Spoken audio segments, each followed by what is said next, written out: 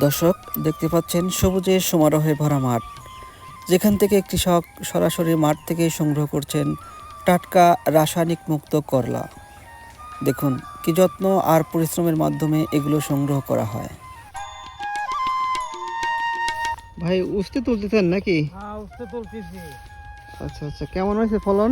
ফলন ভালোই হয়েছে, মোটামুটি এখন ভালোই আছে, ফলন ভালো আছে, বীজ ভালো লাগবে। এখন বীজের সমস্যা। আচ্ছা আচ্ছা, হ্যাঁ, কতটুকু জমিতে লাগাইছেন?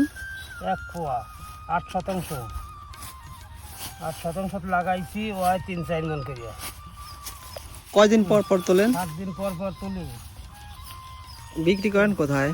বিক্রি করে বেড়া সুগনগর। আচ্ছা মুরগির মাঠে নেয় না, অনেক চোরের কারখানা। আচ্ছা, তাই?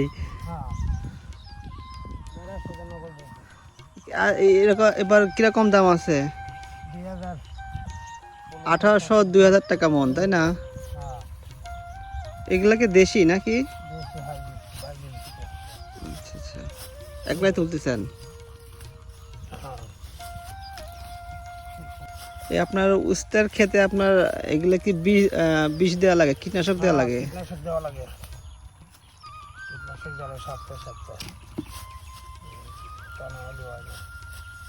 এখন পর্যন্ত কিরকম উস্তে আপনি তুলছেন, মানে বিক্রি করছেন কিরকম? আজ কয়েক হাট গেছে, আবার একটাও বাঁচে নাই। কামলা দিয়ে তুলেছি, হ্যাঁ হ্যাঁ এক চাইনা বাঁচে নাই, 2 হাট আবার দাম যাতিছে।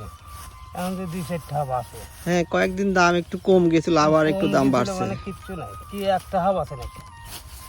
হ্যাঁ, একটা হাব আছে না। আমার বরং সারা লস গেছে পকেটের।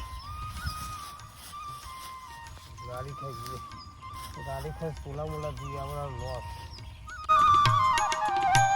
গ্রামের মাটির গন্ধ আর কৃষকের ঘামে তৈরি এই ফসলই আমাদের জীবনের শক্তি। কৃষক বাঁচলে দেশ বাঁচবে। গ্রামীণ জীবনের এমন মাটি ও মানুষের চিত্রগুলো দেখতে আমাদের সঙ্গেই থাকবেন। ধন্যবাদ।